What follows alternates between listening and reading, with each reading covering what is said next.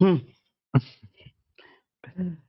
Gimana, Pik? Lu Kayaknya orang mana sih aslinya, Pik? gua sih aslinya Bekasi, gua lahir Bekasi. Bekasi ya? Bekasi, gua lahir Bekasi. Bekasi.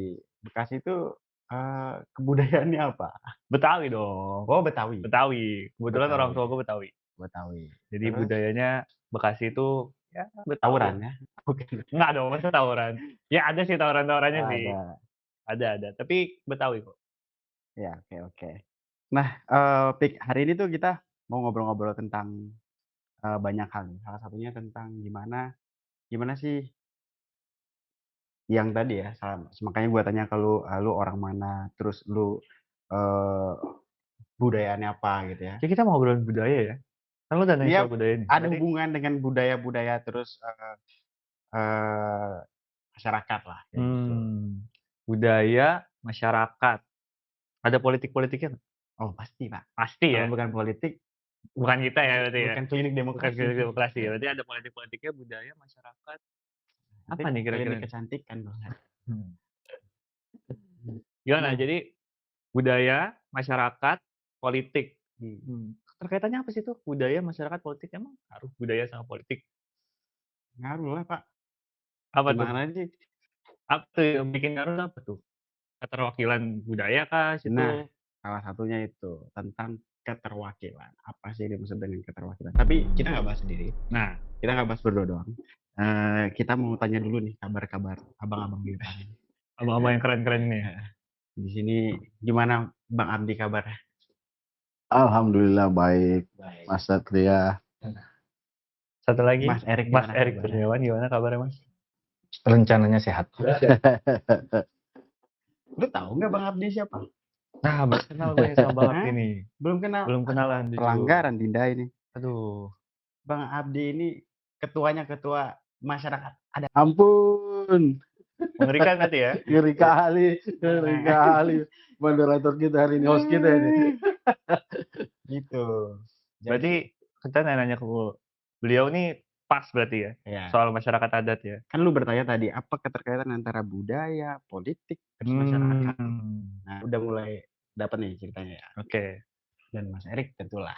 Nah, ini pakar politik lah ya. Ampun. Bahas soal politik pasti beliau terus ya kita ya. Nah, seperti yang tadi ya, ada 3 kata kunci tadi, masyarakat, politik, dan budaya. Nah, karena di sini ada Bang Abdi, gue mau tanya dulu, apa kabar masyarakat adat Indonesia, Bang? Ya, kabar seperti apa nih? Tapi sejauh ini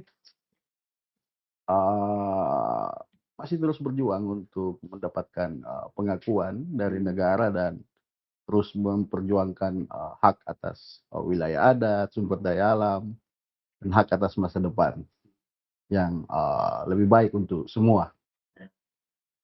Selalu semangat lah. Jadi masih berharap untuk ini ya,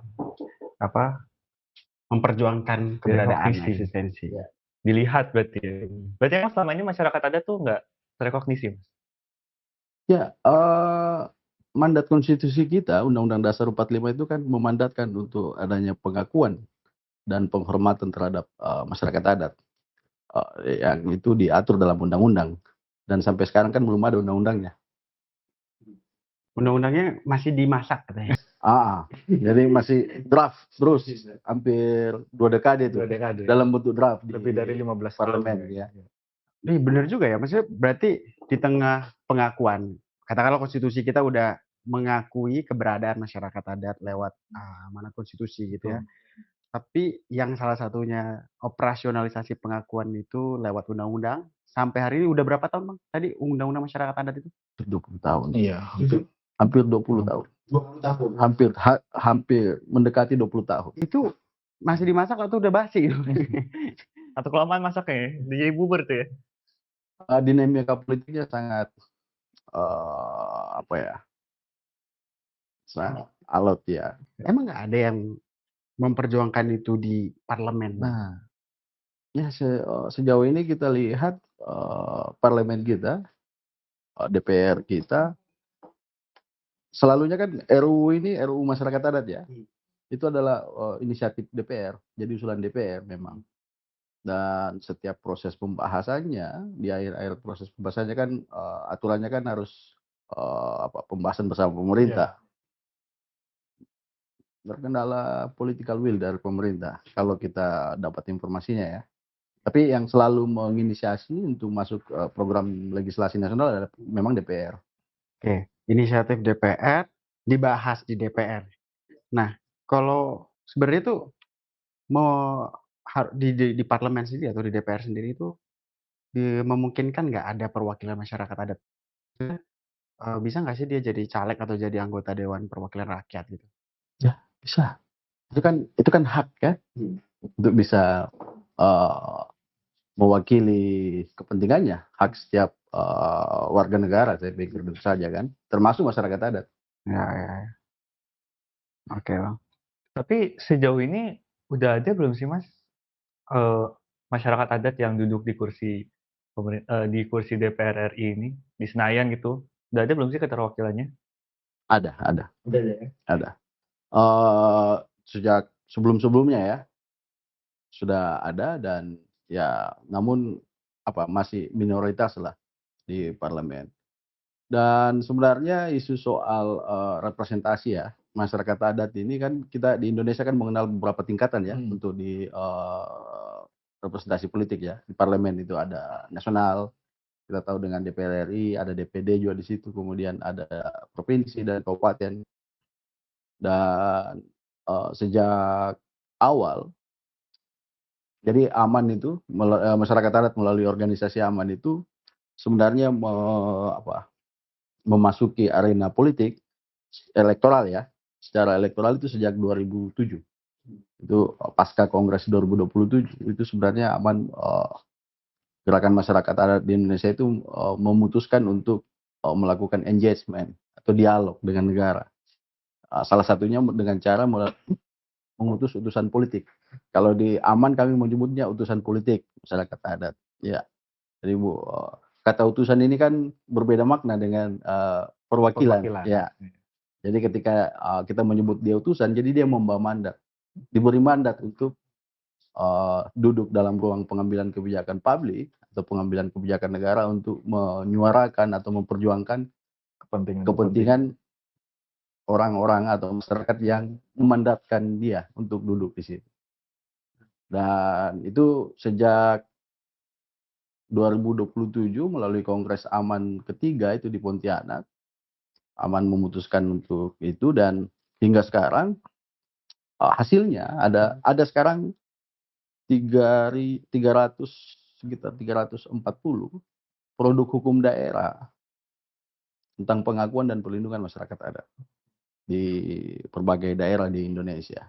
Nah, ini produk-produk hukum ini sebenarnya salah satu, bentuk untuk mengisi kekosongan hukum saja sebenarnya. Karena kan yang dimandatkan oleh konstitusi kita kan undang-undang, bukan perda sebenarnya.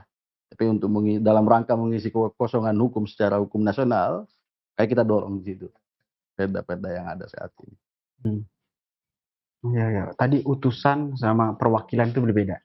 Ya. Ini penasaran gua ke Mas Erik. Kenapa itu beda banget, Mas? Maksudnya kayak kalau di dalam sistem demokrasi yang kita kenal sekarang ya, pemilu one man one vote, seberapa signifikan perbedaan kayak utusan itu kalau perwakilan mungkin nanti, aku tanya lagi ya, maksudnya lebih kayak gimana, apakah kalau setahu gue kan kalau mau jadi anggota dewan itu dia seleksi, Tuh. terus dia mewakili ikut partai Ikut politik, politik. terus, mencalonkan diri, dipilih oleh masyarakat one man one vote.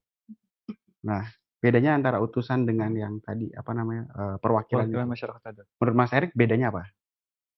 Iya, kalau kita bicara dalam konteks legal formalnya kan memang yang namanya anggota DPR itu kan trustee ya, kalau dalam literatur ilmu politik itu. Nah, trustee itu dia kadang bertindak sebagai utusan, delegate gitu ya. Kadang dia bertindak sebagai perwakilan lah, kira-kira kayak gitu. Nah, utusan atau delegate itu kan pilihannya adalah ketika dia duduk delegasi ya, dia tuh tadi betul, dia bawa mandat. Nah, tali mandatnya itu nggak nggak bisa putus kira-kira kayak gitu. Relatif ini sama.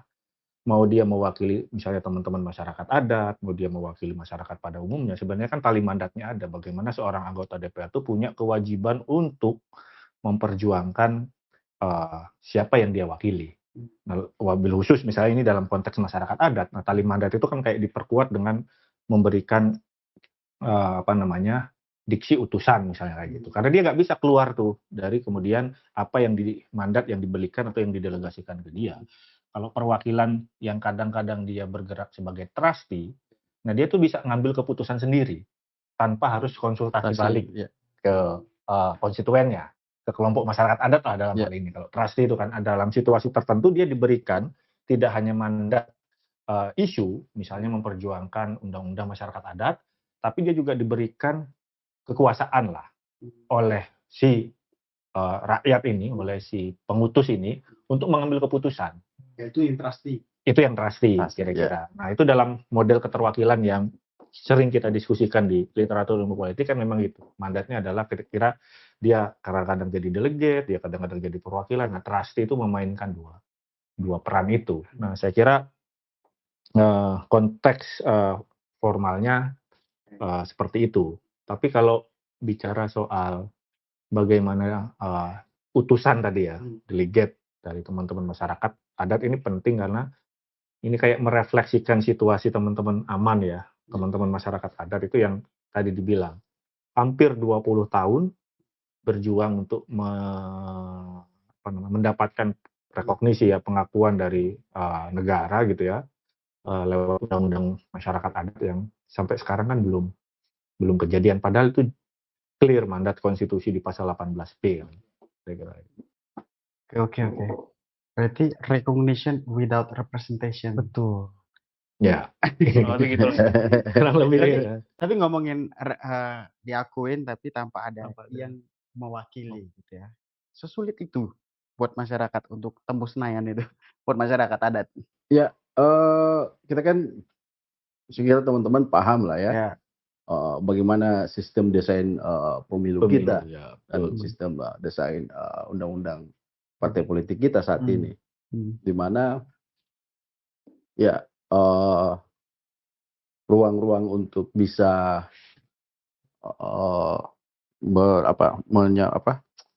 merepresentasikan secara politik itu sangat ditentukan oleh patrones di tingkat nasional. Sementara masyarakat adat ini, kami masyarakat adat memiliki beragam tinggal di beragam ekosistem ya, beragam kondisi geografis wilayah, itu tidak semua punya akses yang sama. Ada yang jauh di pedalaman, ada yang bisa mengakses jangankan akses ke ruang politik kekuasaan ya, formal. Untuk mendapatkan akses layanan dasar saja pun masih banyak yang sulit untuk mendapatkannya. Nah, itu bisa jadi gambaran bagaimana apalagi masuk ke ruang politik kekuasaan dalam pengambilan kebijakan publik. Dan ini juga lebih pada soal negara ya.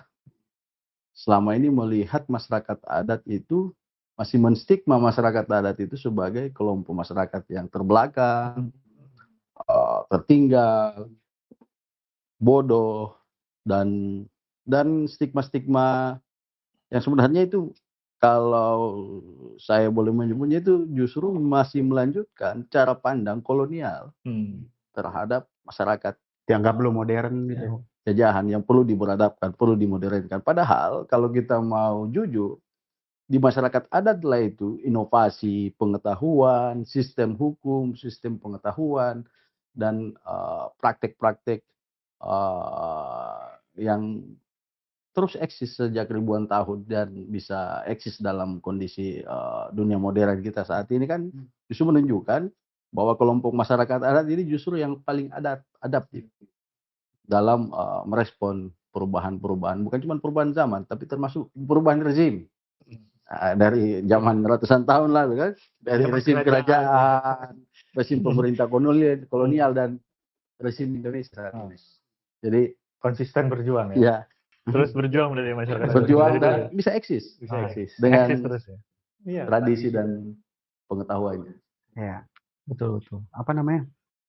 Iya bener ya, gue juga sepakat kalau ketika cara pandang ya katakanlah pemerintah atau Stigma-stigma itu melihat mental. bahwa masyarakat itu sebagai tertinggal, artinya melihat cara-cara hidup termasuk salah satunya kalau ngomongin politik kan cara mereka memilih pemimpin dianggap tidak atau berbenturan dengan cara-cara yang dianggap modern.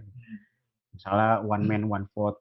Kalau nggak salah kan kalau di masyarakat adat kan karena bentuk kohesivitas atau apa ya Kegiatan tipikal sosialnya. masyarakatnya Kata masih sangat sosialnya. kuat, itu kan agak bentrokan ya bang, bener nggak bang? Kira-kira begitu. Jadi misalnya gue sebagai yang sebutnya masyarakat adat nggak ya? Gitu. Maksudnya kalau gue yakin bahwa kita semua ini adalah sebenarnya masyarakat adat. Gitu. Masyarakat adat Basicnya dasarnya masyarakat itu kita punya kultur dan latar belakang sosial masing-masing gitu.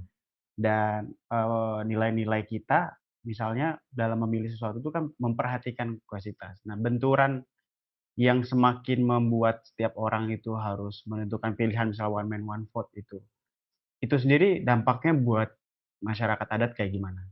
Itu menjadi salah satu tantangan atau? Ya, tentu saja. Karena kan sejak awal memang desain sistem pemilu kita ya, itu memang tidak kompatibel dengan masyarakat adat.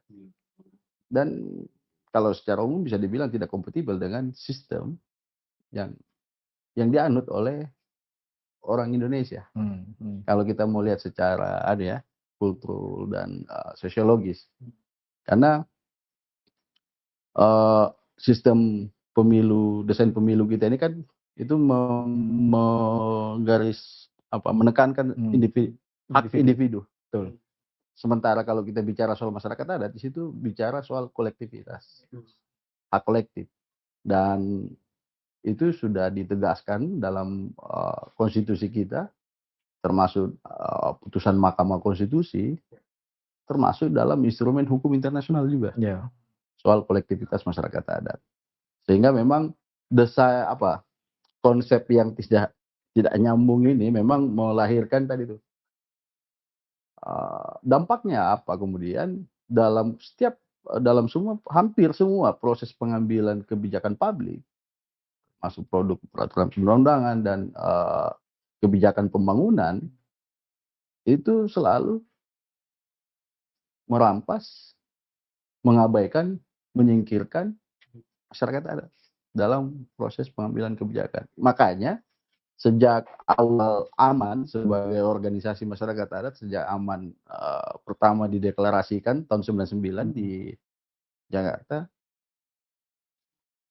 kami masyarakat adat sudah menyatakan, jika negara tidak mengakui kami, maka kami tidak mengakui negara. Ya. Jadi sejak awal kami sudah menyatakan itu. Keras sekali ya. Iya, karena yang lebih dulu kan lebih dulu Masyarakat adat. Jadi kan Makanya dalam konstitusi kita disebut hak asal usul. Ya. Kenapa disebut hak asal usul? Karena dia adalah entitas yang telah ada sebelum adanya entitas negara. Makanya di pasal 18B ayat 2 itu disebutkan negara mengakui dan menghormati masyarakat adat beserta hak-hak tradisional. Ya, betul. Ya, oke. Nah, ngomongin tadi, Mas. Yang mana tadi? Yang mana yang ngelakuin ya? Banyak banget. Apa? Asal usul. Kayak ini tadi, aku menarik tuh bentrokan antara kolektivitas dan desain hak individu. Ini gimana Mas Erick lihat sebagai pakar pemilu? Ya. Ini penting nih, kita dengar. Saya minum air dulu. Apa benar sistem kita ini yang makin tidak bisa mengakomodir one man one vote itu ya? Benar-benar bertabrakan itu Mas, secara konsep kepemiluan atau demokrasi? Ya, yang jelas akan dipahami bertabrakan sepanjang kita punya paradigma atau kita punya cara pandang bahwa yang namanya demokrasi itu berlandaskan one man one vote, one person one vote lah kira-kira, opop itulah one value. Nah, kalau cara pandang kita hanya satu sudut pandang itu jelas bahwa kita bisa, makanya muncul kan tadi stigma bahwa yang namanya masyarakat adat itu terbelakang, termasuk sampai pada level pengambilan keputusan untuk menentukan pemimpin. Nah itu kalau kita dari sudut pandang Opopop, one man one vote one value, dan rujukan kita pasal 27 ayat 1 kan. Nah kira-kira gitu. Kalau kita bicara struktur ketatanegaraan yang kemudian kita coba breakdown lewat konstitusi, nah kan cara pandangnya nggak hanya tunggal. Nggak hanya kemudian pemilu diatur dalam pasal 22 gitu ya, terus kemudian disandingkan dengan pengakuan hak-hak individu, kesetaraan warga negara tanpa kecuali di pasal 27. Nah, cara pandangnya tentunya itu hanya satu pihak lah kira-kira, satu sudut pandang. Nah, sebenarnya ada sudut pandang yang kedua, yang tadi menarik soal hak asal usul, maksudnya ketika konstitusi menentukan bahwa pasal 18B itu ya, pasal 18B yang prinsipnya adalah rekognisi. Betul kata Mas Abdi tadi bahwa yang namanya rekognisi dia sudah ada terlebih dulu sebelum konstitusi ini dibuat. Makanya kemudian itu kayak pasal yang menaungi bahwa sepanjang peranata sosial adatnya ada, berjalan, termasuk bagaimana mekanisme dia menentukan pemimpin, maka itu harus diakui. Dia sebagai lex spesialisnya. Kira-kira kayak gitu. Memang secara umum kita bisa bilang misalnya, kita sepakat bahwa pemilihan presiden itu prinsipnya Opopop. Setiap orang bisa memilih dengan hitungan suara yang sama. Mau masyarakat yang di Aceh, sampai dengan masyarakat yang di Papua. Tapi untuk lokalitas-lokalitas tertentu, misalnya sepanjang peranata sosial adatnya itu masih tumbuh, ada, dan kemudian mekanisme pengambilan keputusan, termasuk pemimpin gitu ya, punya peranata yang hidup, maka dia harus diakui. Contohnya Noken di Papua.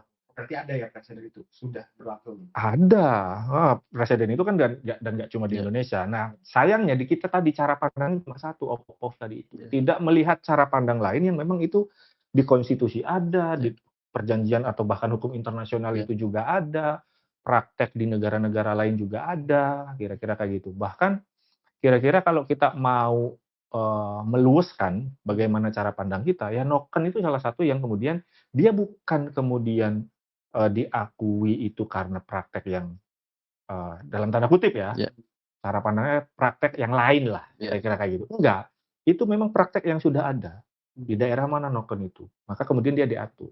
Dan itu nggak bisa distigmatisasi bahwa nggak demokratis.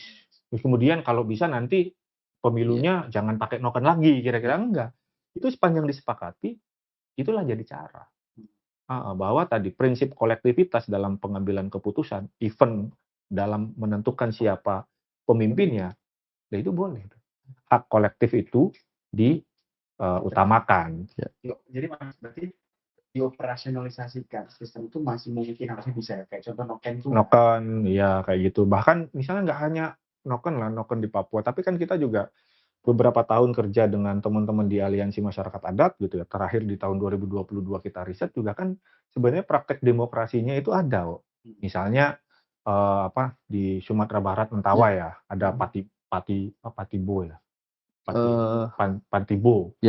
Mekanisme Praktik-praktik gitu ya. Praktik-praktik yang kemudian dia musyawarah menentukan siapa yang akan jadi caleg, proyeksi, baru kemudian dia jadi caleg. Kira-kira kayak gitu. Atau misalnya di daerahnya Pak Abdi nih, Kajang, Sulawesi Selatan, Bulukumba ya. Itu juga kan punya praktek adat tersendiri yang kira-kira akhirnya sistem pemilihan yang Opopop memaksa Amatoa untuk tidak berpihak. Karena pengaruhnya yang sangat luar biasa di komunitas masyarakat adat. Bayangkan sistem Opopop mengorbankan hak kolektif masyarakat adat. Kenapa kemudian sistem pemilihannya nggak mengadopsi itu? Khusus untuk daerah yang memang tumbuh. Nah, saya pikir itu bentuk kekhususan, bentuk lex spesialis. Dan itu di prinsip hukum secara umum dimungkinkan. Dan bukan praktek yang menyimpang lah kira-kira kayak gitu. Tidak bisa dianggap praktek yang menyimpang. Nah, kalau ngomongin kayak gitu kan Noken udah ada. Dan berarti kan udah putusan Mahkamah Konstitusi lah. Dilembagakan dalam sistem pemilu yang kita ada, Noken itu dimasukkan dalam rekapitulasi penghitungan suara kalau nggak salah. Jadi tetap dihitung suaranya berapa, tapi mekanisme pengambilan suaranya lewat noken. Nah, itu salah satu bentuk kompromi pengadministrasian kan bisa akhirnya dilakukan. Pengadministrasian pemilu tetap bisa dilakukan, tapi prinsip substansi masyarakat adat, demokrasi masyarakat adatnya itu tetap direkognisi. Caranya ya. Iya, mereka itu kemudian diadministrasikan. Nah, sebenarnya tugas negara itu kayak gitu. Memproteksi, mengadministrasikan supaya kelestarian pengambilan keputusan di masyarakat adat itu tetap berjalan sesuai dengan nilai adatnya. Oke.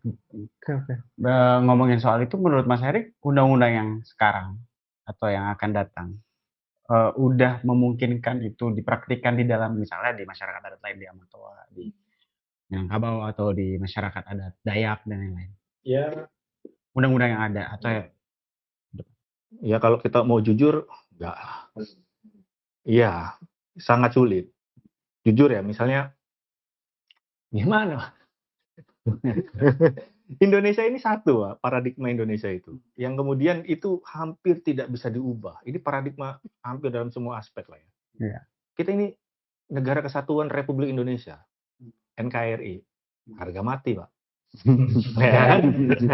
Apa yang berlaku di Sabang, itu harus berlaku di Merauke. Settingnya Jakarta, Pak.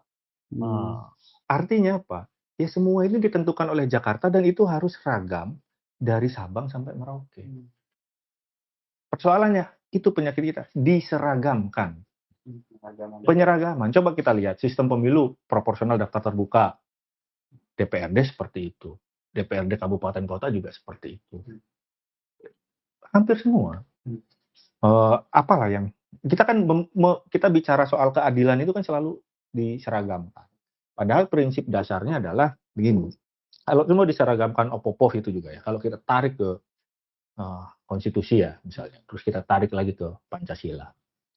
Ada mandat spesifik nggak bahwa sistem pemilu kita itu harus opo-opo? Misalnya, semuanya. Enggak. Sila keempat aja permusyawaratan perwakilan dalam hikmah kebijaksanaan. Kan musyawarah itu jadi satu hal yang juga, itu kayak nilai yang ada sejak dulu, diangkat ke Pancasila. Kira-kira kayak gitu. Nah, rumah penjabaran dari musyawarah, itulah yang kemudian kita redusir sedemikian rupa sekarang sampai semua aspek pengambilan keputusan itu harus voting. Pemilunya voting, DPR-nya voting, apanya voting.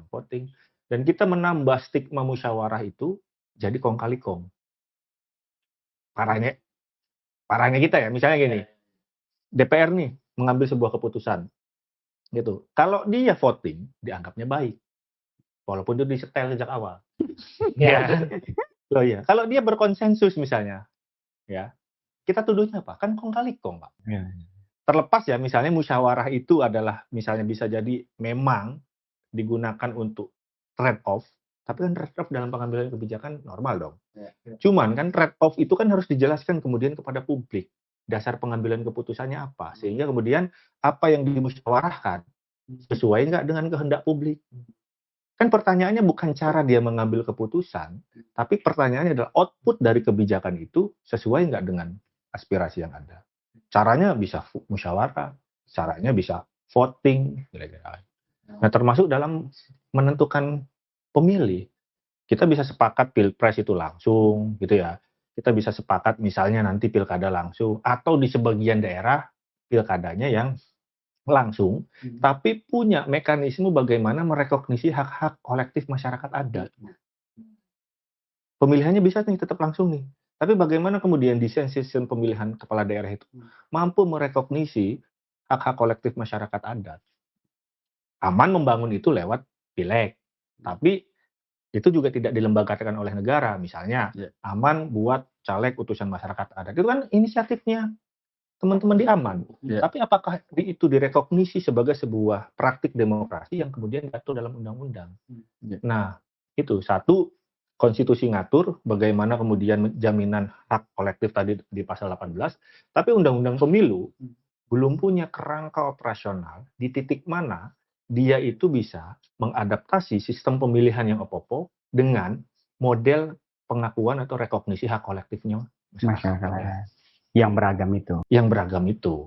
Oke, kan dulu di situ. Nah, kita sediain buat di akhir-akhir itu kuncinya kan. Kunciannya itu tuh ya. Itu kunciannya tuh. apa namanya? Kita balik tanya ke masyarakat adat. Iya. Kita balik ke pingin Apa? tahu Lu mau nanya keresahan. apa? Sebenarnya gue pingin nanya sih. Apa? Sebenarnya keresahan masyarakat, teman-teman masyarakat adat, keterwakilan. Tadi kita ngomongin soal keterwakilan Hmm. juga. Itu apa sih yang sebenarnya ingin setidaknya menjadi jalan tengah lah, atau keresahan lah, yang menjadi keresahan yang sangat menggugah hati teman-teman masyarakat adat. Iya, Itu maksudnya apa sih sebenarnya yang setidaknya bisa jadi terekognisi oleh Iya. pemangku kebijakan gitu ya, untuk setidaknya ya kalau tadi undang-undang udah hampir 2 dekade, udah jadi nggak tahu masih masyarakat udah basi itu kan, itu mungkin sulit ya tadi kan ngomongnya, nggak pernah lolos. iya nggak pernah lolos, belum jadi political will. Atau pertanyaan gini ya, gua ini Coba dipersingkat ya. dari sesulit itu penjelasan Bang, ya kayak Banyak masuk nih kemana-mana. susah banget gitu ya, sampai bisa punya representasi. Kenapa di 2007 tadi ya, keputusan Aman memilih masuk ke ranah politik? Why? Apa? Kenapa? Ya kan masyarakat adat ya. Kenapa akhirnya mikir masuk politik? Jadi kan kalau kita lihat mundur ke belakang ya, melihat Aman ini kan sebagai organisasi masyarakat adat, wadah organisasi masyarakat adat se-Nusantara ini kan dideklarasikan itu di tahun 99 yang menandai juga momentum reformasi. Reformasi termasuk reformasi politik dan demokrasi di Indonesia. Dan di 2027 kan ruang demokrasi kan semakin terbuka.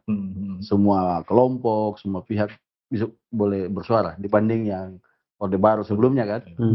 Sangat sulit untuk mungkin bagi kami yang lahir di zaman-zaman itu mungkin masih kecil kan, masih bisa melihat. Nah ini teman-teman Gen Z ini ya, kan yang akan merasakan. Bukan saya bilang. Tapi setidaknya ini bisa jadi informasi ya buat teman-teman dan Gen Z ya, yang saat ini yang memang tidak pernah bahkan mimpi pun mungkin dengan situasi di Orde Baru. Kami punya ingatan soal itu, yang milenial kita ya, masih kategori milenial punya ingatan sedikit tentang itu. Dan memang situasinya itu Mirip. Mulai sudah menuju ke situ kalau kita lihat. Dan bahkan ini lebih masif. Nah, nanti kita bahas itu. Nah, dengan proses reformasi yang keterbukaan yang semakin proses demokratisasi ya saat itu, kemudian Aman melihat kan selama ini masyarakat adat itu konflik, konfrontasi, berhadapan-hadapan dengan bulldozer, dengan aparat di kampung yang tiba-tiba datang bawa bulldozer mengusir dan lain-lain untuk kepentingan semua mengatasnamakan pembangunan, tapi mengusir, merampas dan lain-lain.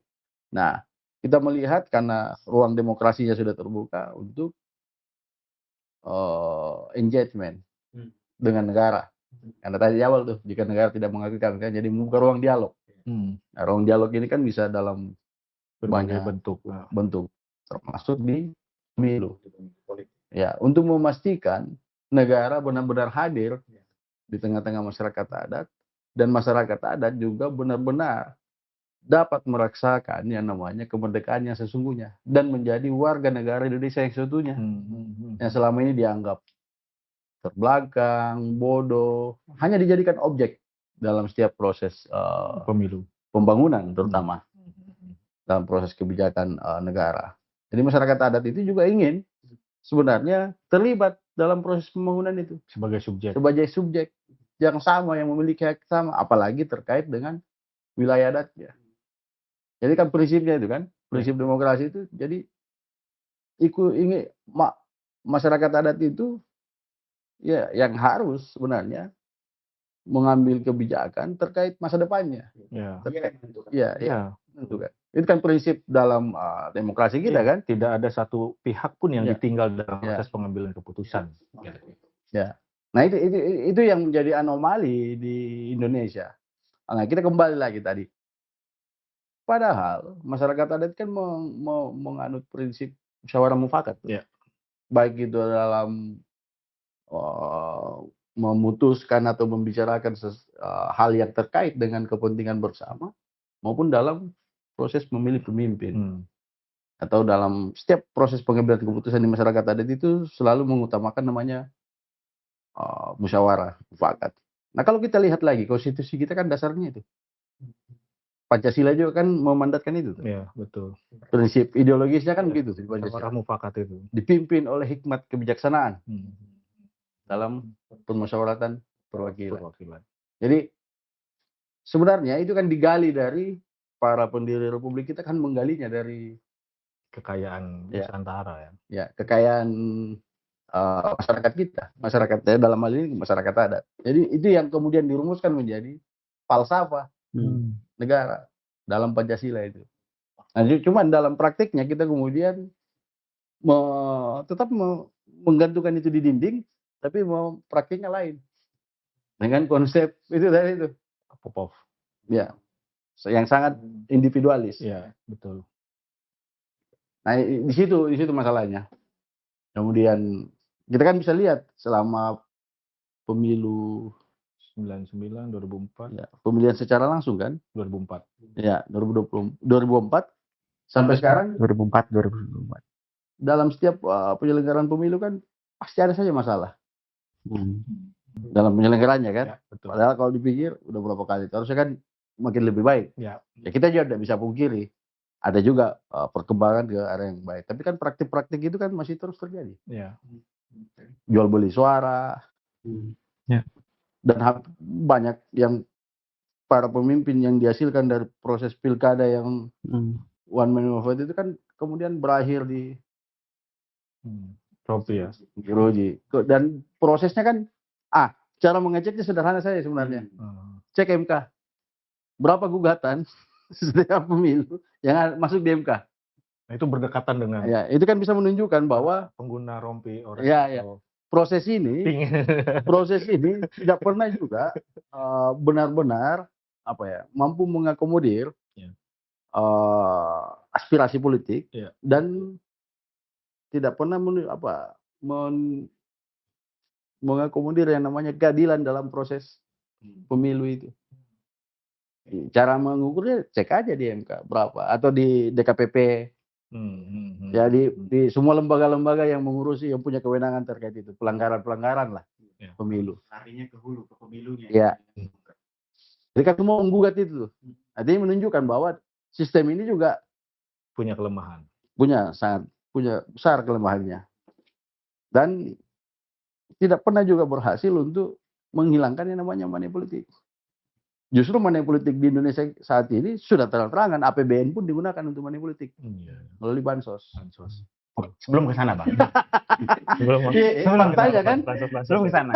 Ini awak ini kan Awal tadi kan putusan masyarakat adat. Oke. Awak ini kan orang Padang, orang Minang. Bisa nggak jadi caleg putusan masyarakat adat? Nah, itu gimana caranya? Kalau di Aman, kenapa kami menyebutnya utusan? Jadi ini prosesnya yang menentukan itu bukan di organisasi, tapi di masyarakat adatnya.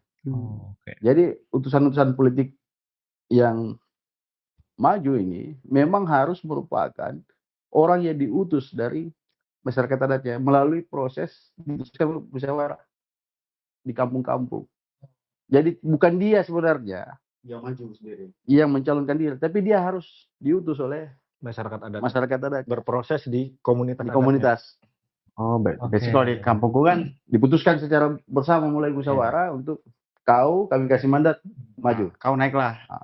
Nah, naiknya itu kan banyak partai nih. Gimana caranya? Nah, disitulah peran Aman tuh. Untuk membantu komunikasi dalam organisasi ya. Tapi tentu saja dengan mempertimbangkan proses proses politiknya ya. Ya itu praktek politik elektoralnya ya. Tapi tentu saja. Tapi itu tadi tuh. Tapi dia harus diputuskan dulu di kampung. Makanya dia disebut utusan. Ya. Itu intinya tuh. Dan praktik kayak gitu sejauh ini berjalan gitu. Jalan. Nah, yang saya sebut tadi di awal bahwa saat ini sudah ada 340 produk hukum daerah.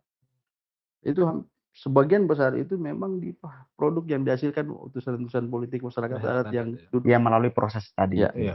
Yang selama ini kita kawal yang diutus oleh komunitas yang duduk di parlemen di semua tingkatan ya, setiap tingkatan.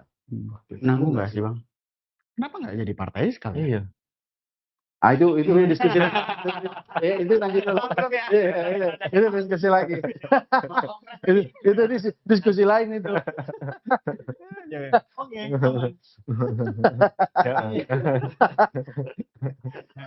Gen Z emang suka kayak gini. Tiba-tiba kecetus pikiran aja sesuatu ya. Iya. Artinya kan kalau aku lihat ya, oke, praktiknya udah ada, pemilunya udah mulai mengakomodir. Iya. Ada noken tadi, ada praktek-praktek pengambilan keputusan dan di masyarakat adat sudah melakukan. Nah tadi nyambung ke Mas Erik tadi, belum ada operasionalisasinya itu yang mana lagi Mas? Kan tadi udah ada tuh, udah muncul. Udah ada proses masyarakat, utusan menentukan, mereka bermusyawarah menentukan perwakilannya. Terus ada yang udah jadi juga, ada yang tidak jadi, gitu ya. Kalau gue bisa simpulkan berarti udah mulai sistemnya udah ada diatur, udah mulai agak terbuka. Tapi kenapa kalau pertanyaan hari ini kalau 2024 yang lihat, itu kan makin minim ya keterpilihan di nasional. Aku datanya kalau daerah mungkin belum apa. Tapi di nasional setauku belum tidak banyak gitu. Atau menurun malah. Nggak ada ya, Pak Bi, kalau di DPR? Ada satu orang, Satu ya, utusan masyarakat adat dari Kalbar, namanya Paulus Hadi. Oh, itulah yang Ya, itu putusan representasi masyarakat adat di Kalbar. Salah satu ya. ya. Di yang level DPR RI. RI ya. Ya memang nggak bisa dibilang tidak ada sepenuhnya ya proses rekognisi atau kerangka operasional yang mengisi hak-hak masyarakat adat.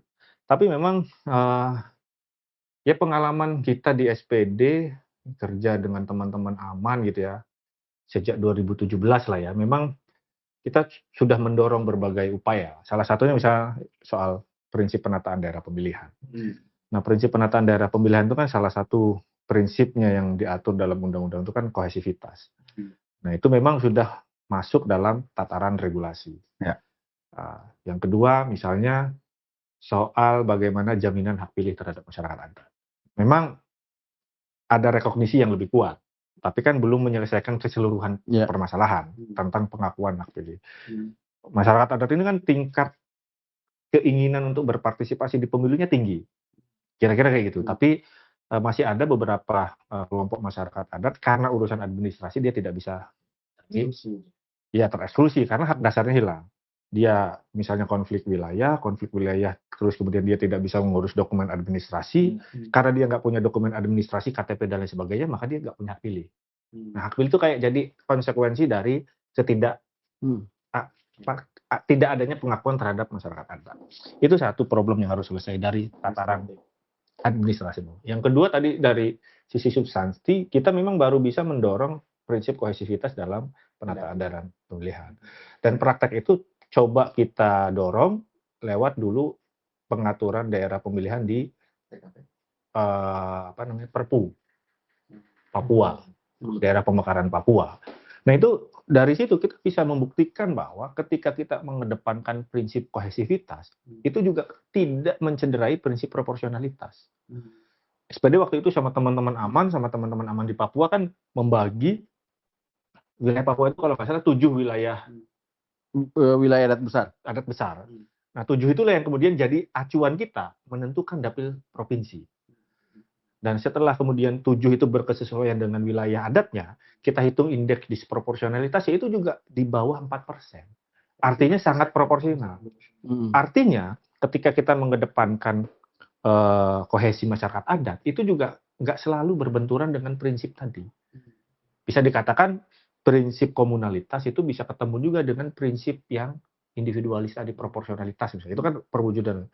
Sebenarnya tinggal political will-nya mau atau enggak. Itu satu. Nah, tapi sayangnya prinsip ini kan masih prinsip yang diperhatikan.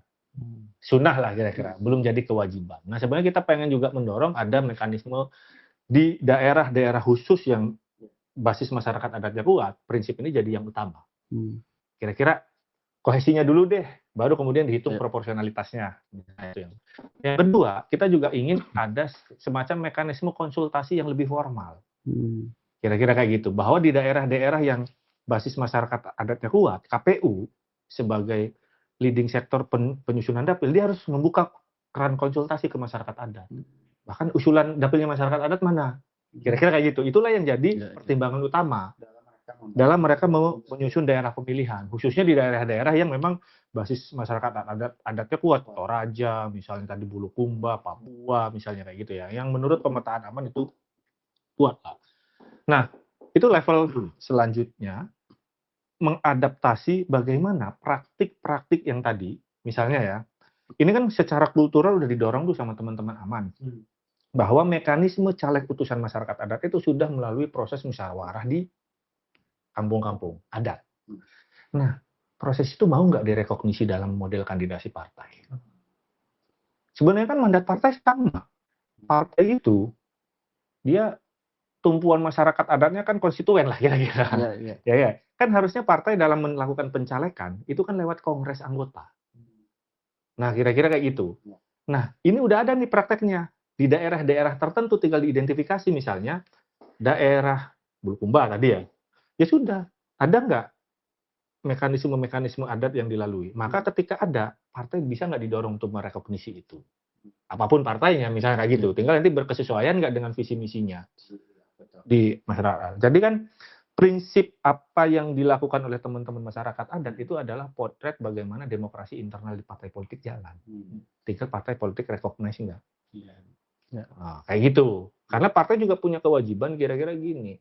Di prinsip negara demokrasinya Eropa Barat, Jerman, Skandinavia, gitu ya. Partai itu sebagai peserta pemilu, dia wajib demokratis. Karena dia adalah salah satu tiang demokrasinya negara. Jadi kalau partainya nggak demokratis, saya berkeyakinan pemilunya juga nggak demokratis. Ya, nggak bilang ya. Tapi menarik, gimana Bang? Saya mau bilang begini, kita kan selalu sepertinya agak keliru memahami yang namanya demokrasi. Apa yang demokratis? Ya. Karena menyeragamkan sistem termasuk bentuk atau memaksakan suatu kelompok masyarakat untuk ikut dengan apa yang ada di tempat lain, itu praktik yang tidak demokratis, termasuk pemilu. Itu kan kayak semacam apa ya, anomali ya, di Indonesia saat ini. Kita mendorong pemilu yang demokratis, tapi menyeragamkan, melakukan unifikasi lah istilahnya, praktik pemilu. Saya menemukan tadi sampaikan Mas Erik. Nah kalau kita melihat kan sebenarnya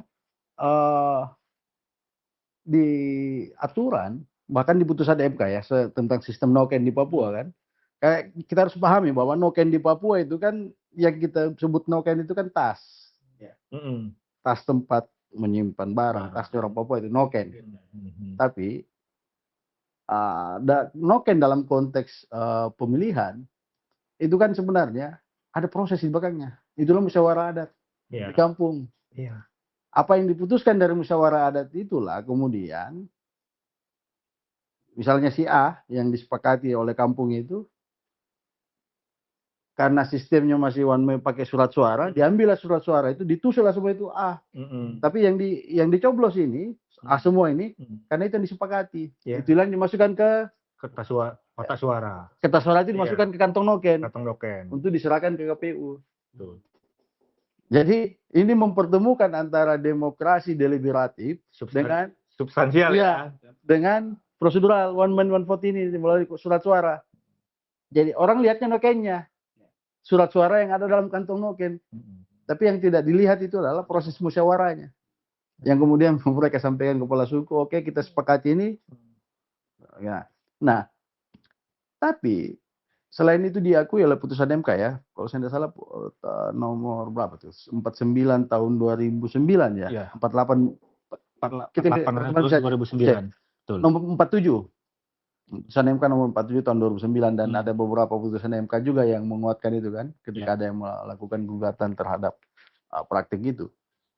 Nah, namun bukan itu saja sebenarnya yang dalam kebijakan hukum ya, di peraturan pemerintah Permendagri nomor 65 tahun 2017 yang mengatur tentang pemilihan kepala desa juga diberikan opsi untuk memilih kepala desa yang akan menggantikan kepala desa yang sebelumnya, misalnya ada yang meninggal atau mengundurkan diri. Itu warga masyarakat di desa juga diberikan opsi untuk bermusyawarah. melakukan musyawarah untuk memilih, atau apakah Tidak memilih langsung gitu ya? ya, jadi bisa diberikan dua opsi. Bisa memilih langsung, mau Atau pilkades one man one vote, pulang atau musyawarah di tingkat desa untuk memilih. Ya. Jadi sebenarnya ini bukan apa ya? Saya tidak tahu ya gimana nanti Mas Erik bisa jelaskan lah. Jadi secara aturan kita mengenal itu. Tadi juga saya bilang di Pancasila, di Undang-Undang Dasar kan soal demokrasi kita kan musyawarah mufakat tuh. Tapi dalam prakteknya juga ada. Ya. Jadi bukan sesuatu hal yang baru lah. Ya, kira-kira begitu ya. Dalam praktek kita ya. Dalam praktek kita pun. bernegara kita. Ya. Karena itu diakui, dikenal, dan bahkan diatur tuh dalam peraturan Menteri Dalam Negeri. Ya. Walaupun itu konteks desa ya. Tapi kan memilih. Dan memilih penyelenggara pemerintahan juga kan. Ya. Kepala desa kan pemerintahan di tingkat Betul. paling bawah. Betul. Dan putusan MK. Nah, kembali ke soal noken di Papua. Itu kan diakomodir tuh dalam penghitungan ya. Pemilu atau pilkada. Nah, di mana posisinya di Undang-Undang Pemilu kan belum ada. Ya. Baru PKPU aja yang mengatur ya. Betul. Itu juga yang membuat ketidakpastian. Iya. Ya, ada satu titik lemah dari sisi regulasi lah ya. Iya. Karena nggak diatur di level undang-undang. Undang-undang. Padahal prakteknya diakui. Dan dijalankan. Nah, itu menarik tuh kita lihat dalam sistem kepemiluan kita. Ada realitas yang dijalankan dan diakomodir dalam proses pemilu, dihitung, bahkan ada PKPU-nya kayaknya. PKPU yang mengakomodir itu, tapi tidak ada dalam Undang-Undang Pemilu. Dan bahkan Undang-Undang Pilkada tidak ada juga ya. Belum ada kayak. Kayaknya di level undang-undang saya nggak tahu ya.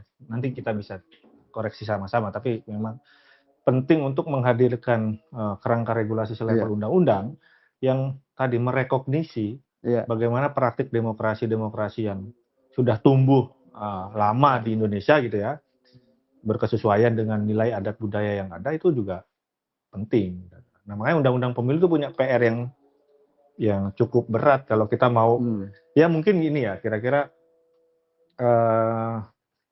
kalau kita membayangkan bagaimana kemudian praktik demokrasi deliberatif mau dibangun dengan konsensus yang kuat, memang butuh banyak sekali exercise terkait dengan bagaimana model sistem pemilihan pemimpin ini diatur. Misalnya kita bisa menetapkan kesepakatan OPOPOV itu digunakan hanya untuk level pemilihan nasional. Misalnya ya, pemilihan presiden itu bisa OPOPOV tuh kira-kira kayak gitu. Pemilihan anggota DPR RI misalnya, oke lah itu bisa OPOPOV. Tapi kan ada juga kepentingan-kepentingan komunal, kepentingan-kepentingan kolektif masyarakat adat hadirnya di mana? Belum ada, karena dulu ada utusan golongan, utusan daerah. Prinsip utusan golongan dan utusan daerah harusnya kan dia bentuk representasi khusus bagi kelompok-kelompok masyarakat, termasuk kelompok masyarakat adat misalnya. Tapi dulu digunakan nggak untuk itu? Itu juga masih jadi pertanyaan. Sekarang ketika kelompok-kelompok utusan golongan dan utusan daerah ditiadakan, muncul DPD, dipilih lagi lewat OPOPOV, dikompetisikan lagi, sehingga dia makin tertutup untuk jadi ruang representasi kelompok-kelompok minoritas, kelompok-kelompok kecil, kelompok-kelompok yang memang harusnya negara ini tidak hanya memberikan kerangka representasi itu kepada partai, tapi juga kepada kelompok-kelompok ini. Entah itu misalnya masyarakat adat, entah itu anak muda, entah itu kaum terpelajar, entah itu disabilitas gitu, yang kemudian dalam kerangka representasi biasanya digunakan sebagai lembaga penyejuk. Kalau DPR ini karena perwakilan partai dan memilih, biasanya panas dia. Elektoral kan. Dia akan kerja, dia akan muncul di media karena harus dipilih lagi, dia akan mempertentangkan antara kepentingan dapil dengan kepentingan partai, misalnya kayak itu. Belum lagi kepentingan dia sendiri. Tapi relatif kalau kelompok-kelompok yang kemudian dia representasi komunal, biasanya dia hanya satu kepentingannya, kepentingan kelompoknya. Ya itu disebutnya kan kalau di Inggris misalnya ya, kepentingan majelis tingginya itu kan kayak yang menyejukkan. Jadi kalau ada problem-problem yang tidak bisa terselesaikan, maka dipanggillah ini majelis tinggi untuk kira-kira menjadi satu alternatif lah bagaimana kebijakan itu dirumuskan. Nah saya kira memang banyak PR ya kira-kira itu di level nasional. Nanti di level daerah, wah itu lebih beragam lagi. Karena ya misalnya Prof. Ramlan kan selalu bilang, politik itu lokal. Ya udah, setiap daerah pasti punya ciri khas masing-masing. Yang itu bisa jadi tadi benar Pak Abdi. Jakarta beda dengan Sulawesi Selatan, beda dengan Papua, beda dengan Aceh. Ya. Yang kemudian lokalitas ini kan boleh dong menentukan cara bagaimana mereka memilih pemimpinnya. Boleh. Yang nggak boleh oleh kita itu kan merdeka aja lah. Lah ya di semua negara kan begitu. Katalan itu sedemokratis apapun Spanyol nggak bisa dia merdeka. Tapi untuk menentukan bagaimana cara mereka memilih pemimpin, saya kira itu hak yang sangat mutlak bisa diberikan pada daerah masing-masing. Ya betul. Ya butuh 3 kali pemilu lagi lah. Tapi gini, kenapa masyarakat adat tadi ini bicara soal konteks pemilu ya, politik. Saya mau menekankan begini, hulunya pemilu itu kan nanti kan hilirnya ya, outputnya itu kan kebijakan, hukum dan lain-lain yang mengatur nasib dan masa depan kita. Kenapa masyarakat adat penting dan untuk terlibat dalam proses politik ini atau pemilu ini, karena itu yang akan menentukan nasibnya di masa depan dengan relasinya dengan negara saat ini ya, negara modern saat ini Indonesia. Karena selama ini jika tidak, ya masyarakat adat pasti akan kehilangan haknya, termasuk tanah, dan masa depannya akan sangat berat. Makanya salah satu cara kami adalah memastikan kami bisa terlibat dalam proses itu, menjadi penyelenggara negara, ikut terlibat dalam proses pengambilan kebijakan publik. Itu penting tuh. Ya, siapapun itu manusia politik kan? Iya, betul. Betul. Berkata kalau bukan kita siapa lagi Mewakili kita. Iya. Partai dong. Partai ya balik lagi. Nantilah. Tidak mungkin. Kan selama ini realitasnya kan begitu. Ya. Tidak mungkin orang lain yang akan memperjuangkan mati-matian mau memperjuangkan kami sebagai masyarakat adat. Harus masyarakat adat yang di situ. Ya. Karena yang paling tahu apa itu masyarakat adat, siapa itu masyarakat adat, apa kepentingan ya masyarakat adat. Dan itulah kenapa mereka wajib dan perlu mewakili dirinya sendiri di sistem yang ada sekarang. Berpartisipasi sebagai kecintaan terhadap negara bangsa. Betul. Mari Bang, tapi kayaknya ini sejujur masih banyak pertanyaan-pertanyaan kita. Banyak banget. Masih banyak sekali. Tapi mungkin kita akan sisakan untuk yang akan datang. Nextnya lagi nanti ya. Tapi setidaknya gue dapat beberapa poin. Satu, siapapun itu kan berhak mewakili dirinya. Betul. Dan hari ini tantangan kalau kita ngomong masyarakat adat, mereka itu direkognisi. Tapi rekognisi mereka tuh masih banyak catatan banget administratif tadi. Terus kemudian sistem yang ada saat ini itu belum benar-benar kompatibel dengan cara bagaimana mereka melakukan habitus keseharian. Betul. Nah, berarti itu kan catatan tuh, karena kita lagi di fase-fase akan membahas revisi undang-undang pemilu yang ke depan. Nah, dan yang paling penting menurut gue juga yang menjadi catatan buat kita buat bawa pulang teman-teman di podcast ini gitu ya. Saatnya kita mempertanyakan selain daripada pemilu itu untuk siapapun no left behind gitu, kita juga perlu memastikan bahwa ketika pemilu dilakukan juga punya output yang baik untuk pembangunan Iya. ke depannya. Gitu ya Mas Erik ya? Mas Iya, Bang Abdi iya, ya? iya. Kan lu yang bilang bukan kita.